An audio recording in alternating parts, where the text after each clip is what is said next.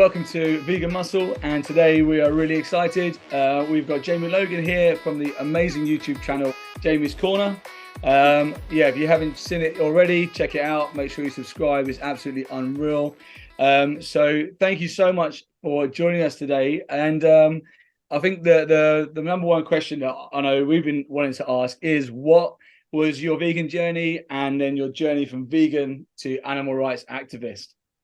Oh my God. Well, thank you so much for having me. You are too kind. The Jamie's Corner show is out of control and unhinged, but somebody's got to do it. So I harass people on the streets of New York City and get them thinking about animal rights. And, you know, it's funny you ask. Our journey for every single individual is different. And my experience was something that happened over the course of many years. So the first exposure that I had ever had to the ugly truth about where our food comes from was I was visiting my grandparents in Indiana one summer, which is a super rural part of the US, and they have a lot of farm animals and livestock, and they have livestock that are transported to slaughterhouses often on the highways. And we were visiting our grandparents. We were in the car on the highway, and there was this pig livestock truck that drove right next to us. And me being somebody at the age of 13, I grew up in New York City. There really were not farm animals around me. It wasn't even something that I ever thought about. And I remember seeing this truck drive by, and I was sitting in the car with my dog at the time. And you just see these little snouts peering through the hole. Oh. And it was such a hot summer day, and you could only imagine how thirsty they were and just how much they were suffering. They were crammed inside this metal truck, and it was my first exposure to this truth. And basically, long story short, started thinking about where my food came from after that moment. And for dinner that night, my grandparents were making pork chops, and I remember being like, there's no way in hell that I'm eating that. Like, I cannot eat that. So long story short, I cut out eating pigs. And then it was one of those things where over the course of the years, you're in high school, I'm like trying to dip my toes back and forth being vegetarian, and then my friends would make fun of me, so then I would go back. But I always in my heart had this weird aversion to eating animals. Yeah. And then it wasn't until I started going to college when I was 18 did I take a pledge called Veganuary, which is January 1st of 2018. I said, you know what? I'm going to go vegan for 30 days. It seems easy enough because it's just 30 days. I wasn't really planning on doing it much longer than that. But within those 30 days, I started to learn about what happens in the dairy and egg industries. And I was horrified. My whole life, I had always thought cows just produce milk, and eggs, it's just a byproduct. And so why can't we eat it? And don't get me wrong, like, I loved these products. And, for those people that are listening, that you might be, somebody that eggs is your daily breakfast, or, you really love your bowl of cereal with cow's milk. It was something that was normal for me as well. But it's like, is that taste satisfaction that you get from these products worth more than these animals' lives? I soon found out that these animals were killed also in the dairy and egg industries. And it was almost like a prolonged suffering because the dairy cows had to give birth to babies, have their babies taken away, and then they were also killed in the end, and their babies were killed too. Yeah. So it wasn't worth it to me anymore. And then I became an activist and started speaking up about it because I couldn't look at this ugly truth and not do anything about it. Absolutely. Yeah, you feel we were the same. It was the dairy industry for us. We saw, I think it was about 30 seconds of one of the Joey Carbstrong debates, and it flashed up the dairy cow from Dominion, the black and white dairy cow laid on her side. Yeah. We literally were sitting right on the sofa here. We cried for 3 hours. We didn't talk to each other. We went into our kitchen, threw everything away. We were like, that's us done. Like, we don't need to see it anymore. I'm done. Like, vegan. Wow. Sometimes that's all it takes. I just think we're so deeply conditioned in our society. Like, it's become so normalized that people almost get defensive sometimes when they see this stuff. Like, I posted a clip the other day of why I'm vegan, and it showed slaughterhouse footage, and I must have thousands and thousands of comments of people being like, that's sad, but time to get my turkey bacon now. Or, I'm eating a steak as I'm watching this. And it just goes to show that the first response is to get defensive. Yeah. And I always say a response is better than no response, because it's actually meaning that they're thinking about it. Yeah, you're triggering emotion. Yes, you're triggering something. What's scary is people that really just don't care. And I always say that if you don't care necessarily about the animal rights aspect of it, you don't have to love animals to just recognize that we don't need to harm them anymore for protein, for food, for clothing, for entertainment, for cosmetics. It's just, we're in 2023, we're sending rocket ships to the moon. Why are we still using animals? It's destroying our planet. It's destroying our health, right? So it is a completely ridiculous and unsustainable system that needs to be spoken up about. And just, it's all about money. It's all about money. Did you become an activist quite quick after going vegan? So about 6 months later, I visited my cousin in California. She had been vegan for about 13 years at the time, and she would hold the Anonymous for the Voiceless cubes, which are basically demonstrations where you hold TV screens in public places and you show people standard practices about what happens to animals in these industries. And I went to one of her cubes. I stayed with her for about a week in San Francisco, and I went to one of these events, and I just felt so empowered. I was listening to the conversations she was having with people. And at that event, there were about 2 people that were walking by that had come up to her and said, "Alex, I just want to let you know, after our conversation 6 months ago, my life has completely changed. I've been vegan ever since." And from there, I saw the impact that she had had on these people's lives. Wow. And I was like, I want to do that. And I really felt strongly about the animal rights aspect of it. So of course I wanted to speak up about it, but I was always the kind of person that was very not shy, but I didn't want to cause problems. Like I avoided politics at all costs. I was kind of like the class clown in school. I was running around the hallways. My teachers would be yelling at me to get back to class. Like I was very problem averse. And so it was very out of character for me to like speak up about these things. But I think because it's an issue so outside of ourselves, you almost feel this protective nature for these innocent little baby animals. Yeah, I feel exactly the same. I'm very similar to you. Like I'd rather like stay out of problems, even if I have I think, I disagree. I think it's not worth putting my 2 pence worth in. But for this, it's like, no, I have to speak up. And that was actually my next question to you. Did you feel scared or nervous when you first did your first ever activism on the street to people? Oh, that's a great question. Yes, I was shaking. I was shaking, and I still get nervous. I still shake. I mean, it's really uncomfortable going up to strangers and talking about these issues because people get defensive and sometimes they get uncomfortable and it's a weird situation. And that's why I started this show, my Jamie's Corner YouTube show, because I wanted to show kind of how awkward the conversations were. And there's something comedic about it, with these people's reactions, because it's such like a then your reaction that's hilarious. It's such a serious topic that you want to walk that fine line of like me being kooky as is and weird and ridiculous and these conversations, but also being careful and also being informative about what happens to the animals. So that's kind of like how the show was born. But it's like when it comes to this issue, it's like, bring out the guns, baby. Like, let's go. And it's one of those things. Once you know the really facts, good, that balance you have is brilliant. When you watch a show, you can see that line between like the comedic value to like, hey, but this is serious. And I love just the facial expressions of the answers, like as a vegan watching, I was like, I love this, and that's why I was like, I have to speak to her because it's fantastic. Thank you. Can you relate to I'm like, what the hell? What is going on here? Like, I can't with some of these people. But it's one of those things where once you know the information and learn the facts, and a great resource for me was Earthling Ed's ebook. And it taught me how to respond to some of these like very, very constant excuses that you get from what about protein? Well, what about wild animals? It's like, well, you're a human being and you're not a lion or a tiger. You shop in a grocery store.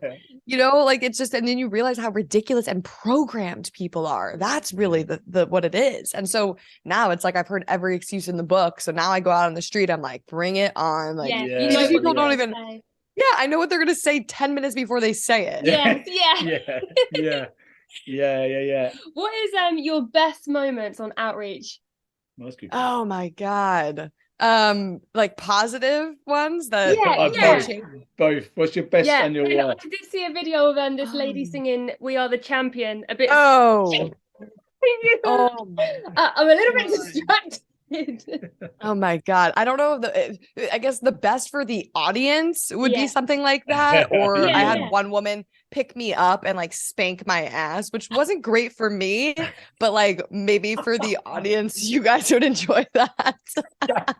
That's crazy. I wasn't expecting it. That's mad. Wow. We're in New York City and I'm mostly in Washington Square Park or Union Square. I mean, the crazies are out to play. Okay. I love that. Well, that takes me to what is your worst moments? That might even be it.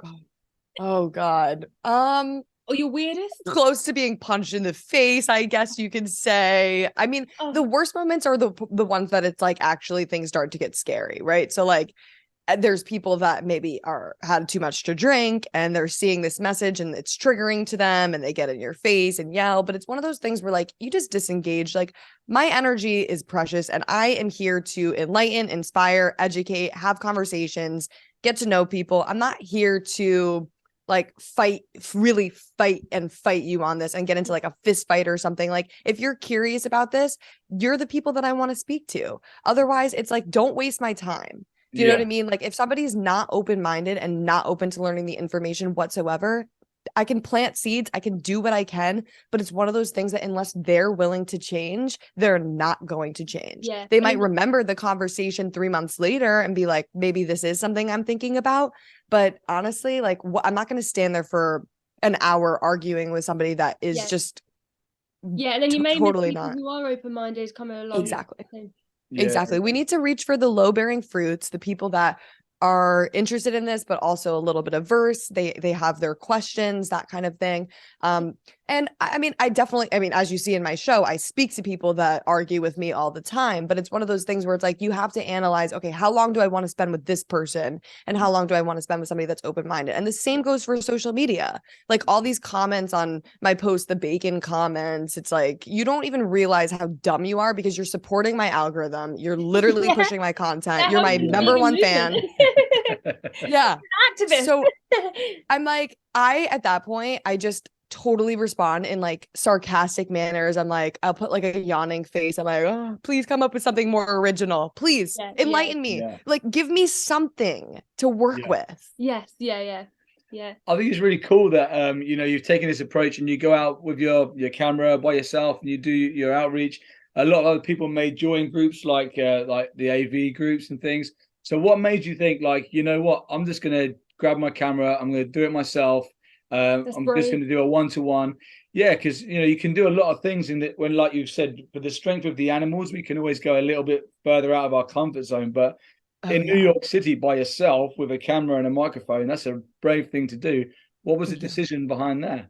So thank you for asking that. It was definitely a process. When I first got into activism, I simply did the AV cubes, the educational route.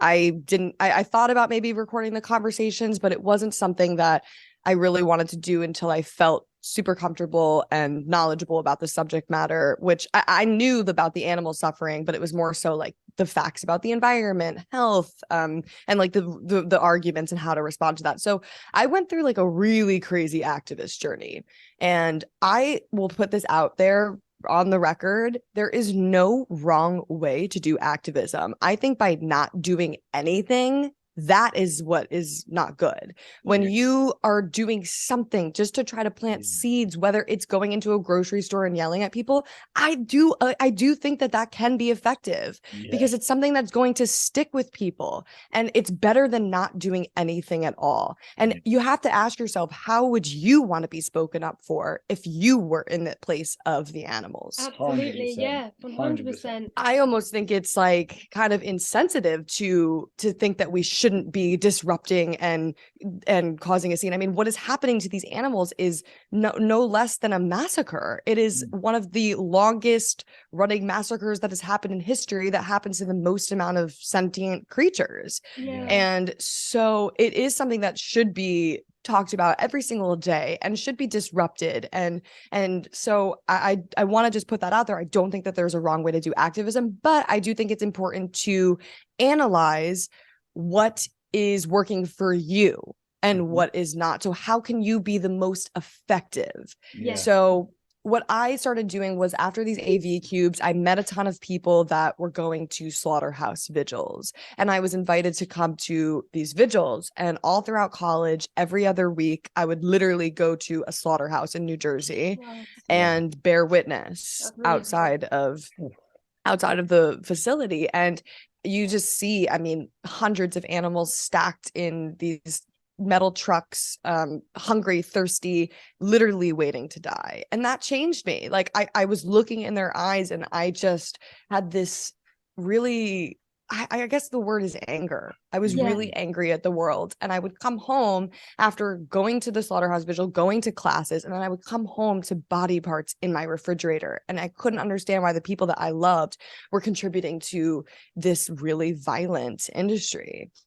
So it was really, really difficult for me. And so I went into kind of like a dark place. Like, it was the first thing I thought about when I woke up, the last thing I thought about before going to bed. And I just was doing activism 24/7. Like, I really kind of just forgot about me. And I think, how did you cope with that?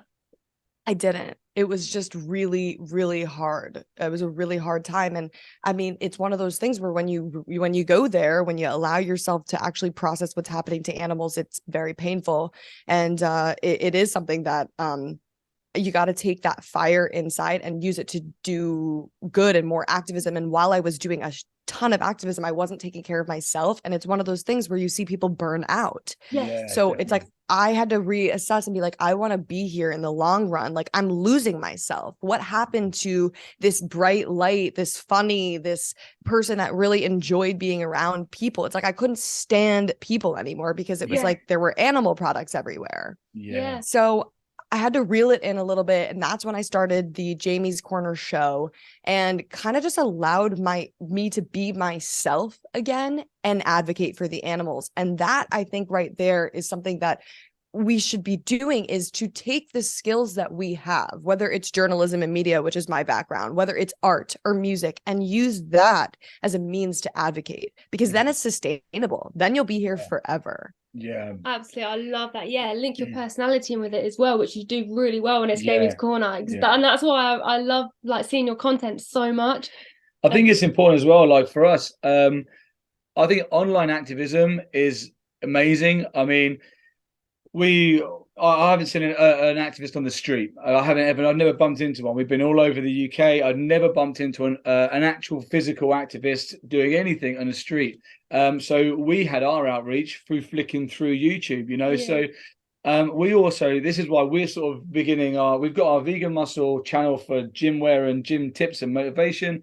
But we're like, look, we're going to do an outreach channel, because we go out at the weekend, we may speak to 20 people, but if 1,000 people sees 10 videos every week for the next year, that's 150,000 people. It's getting the message to as many people as we can in the shortest time possible. Absolutely. Yes. You want to amplify your message, right? So even when we were doing these disruptions inside of grocery stores, I mean, I've been in slaughterhouses. I've been in, doing these crazy disruptions. I did celebrity disruptions against fur. We were on the cover of TMZ, holding up signs with skinned animals. And for me, that's a win. We're getting this out to the public. How can we amplify this message? Millions of people are seeing this.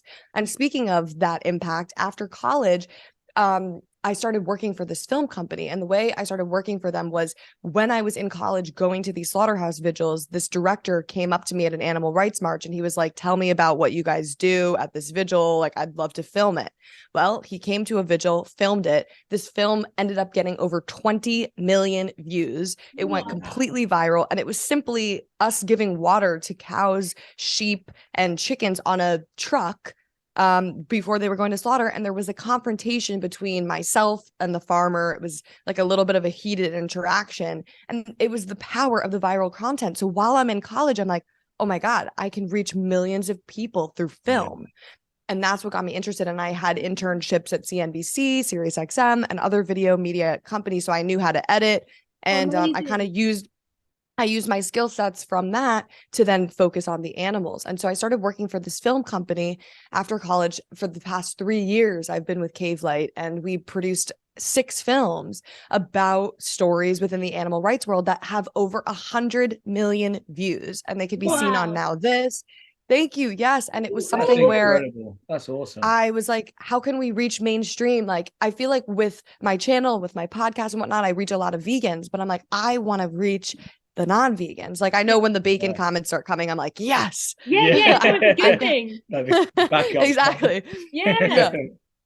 Yeah. So yeah, the power of viral content, I think, is so important. How can we just keep infiltrating the media?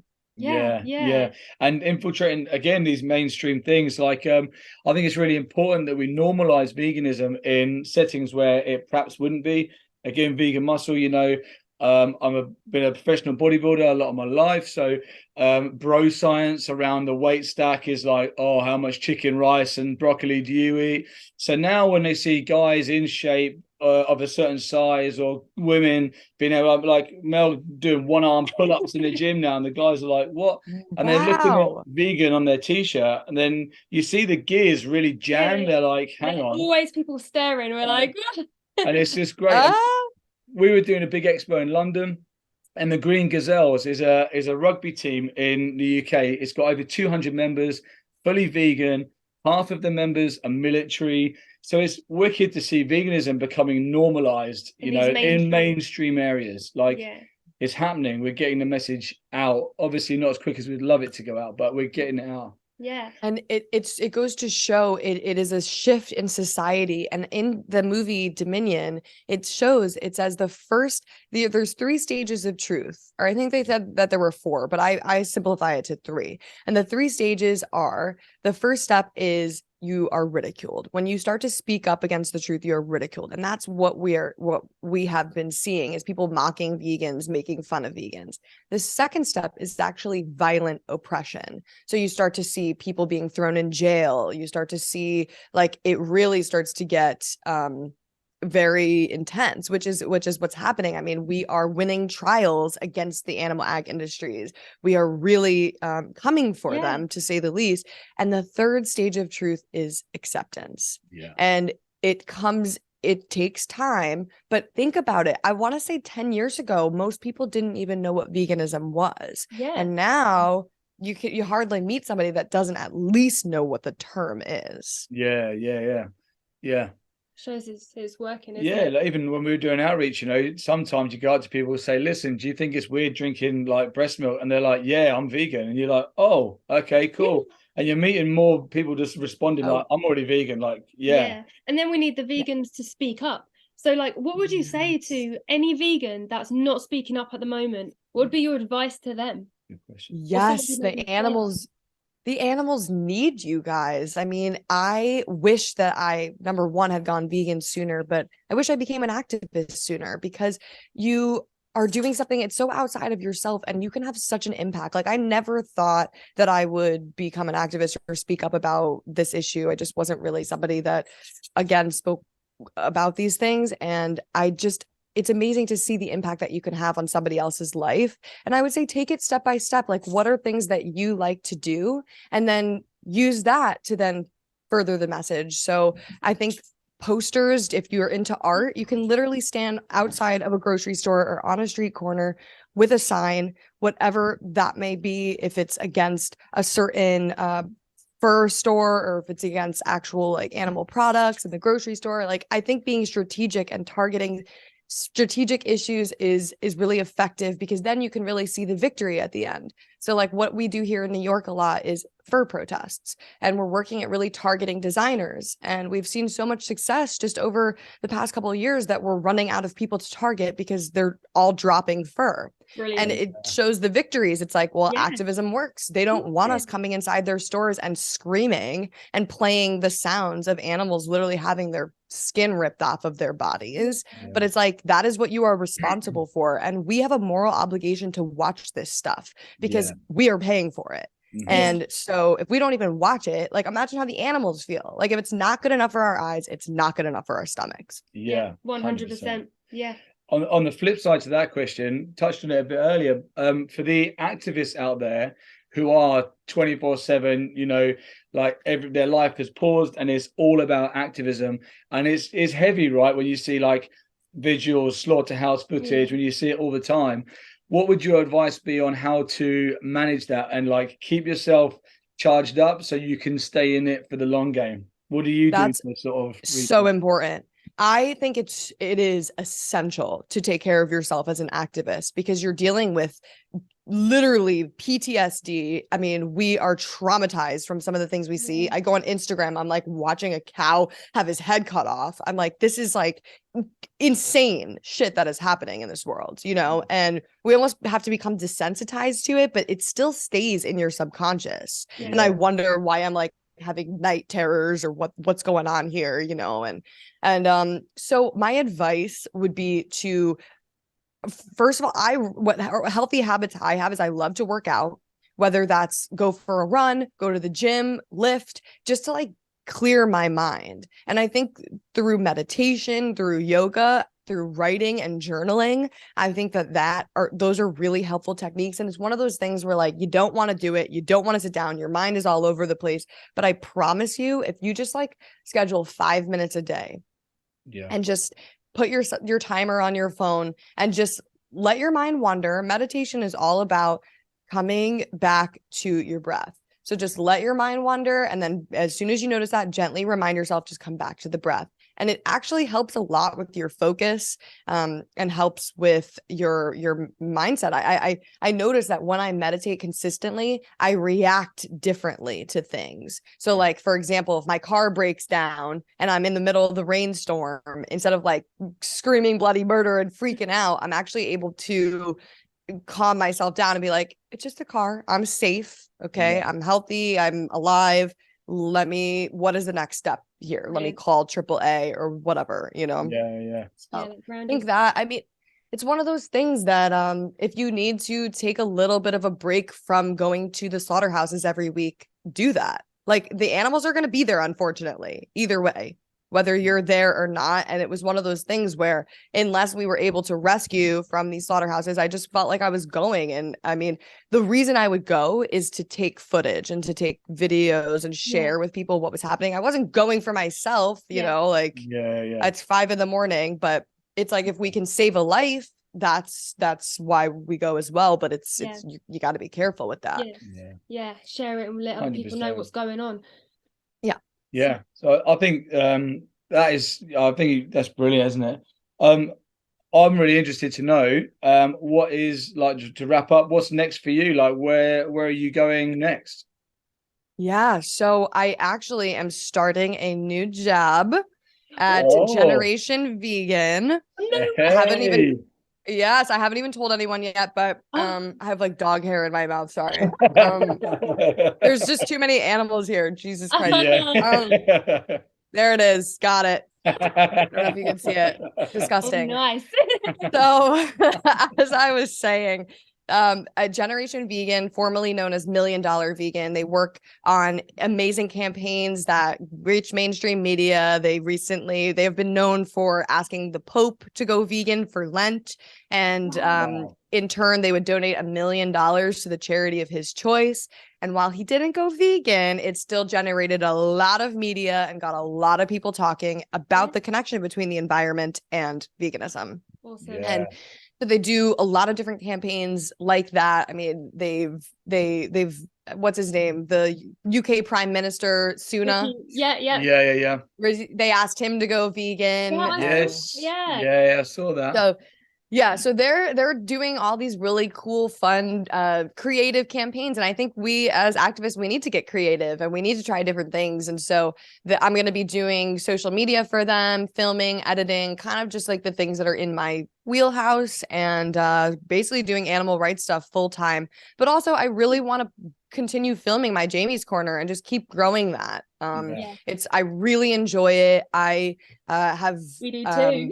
Yeah. Thank you. Yeah. I really just enjoy speaking to people. It's fun. It's something that I think it's a different approach because it's something that I think we need to use humor to reach people, and we don't see a lot of that. It's things can be really, really sad and devastating in our movement, which they are, but that's what comedy is. It's turning tragedy into something funny and being able to, laugh about it, but also change. And it's not making fun of the animals. Let me clarify that. It's literally making fun of myself, outreaching and other people. And for anybody who wants to support you and view your channels, where can they find you? Thank you. Yeah. I mean, everything is on my website. It's jamiescorner.com. And I emphasize the it's because somebody stole jamiescorner.com from me. So I had to put it's in front, ITS. We love and it. So thank you. We need to get it back. So I'm coming for them. All of my channels. I'm on Instagram. It's Jamie's Corner. And my Instagram is also it's Jamie Logan.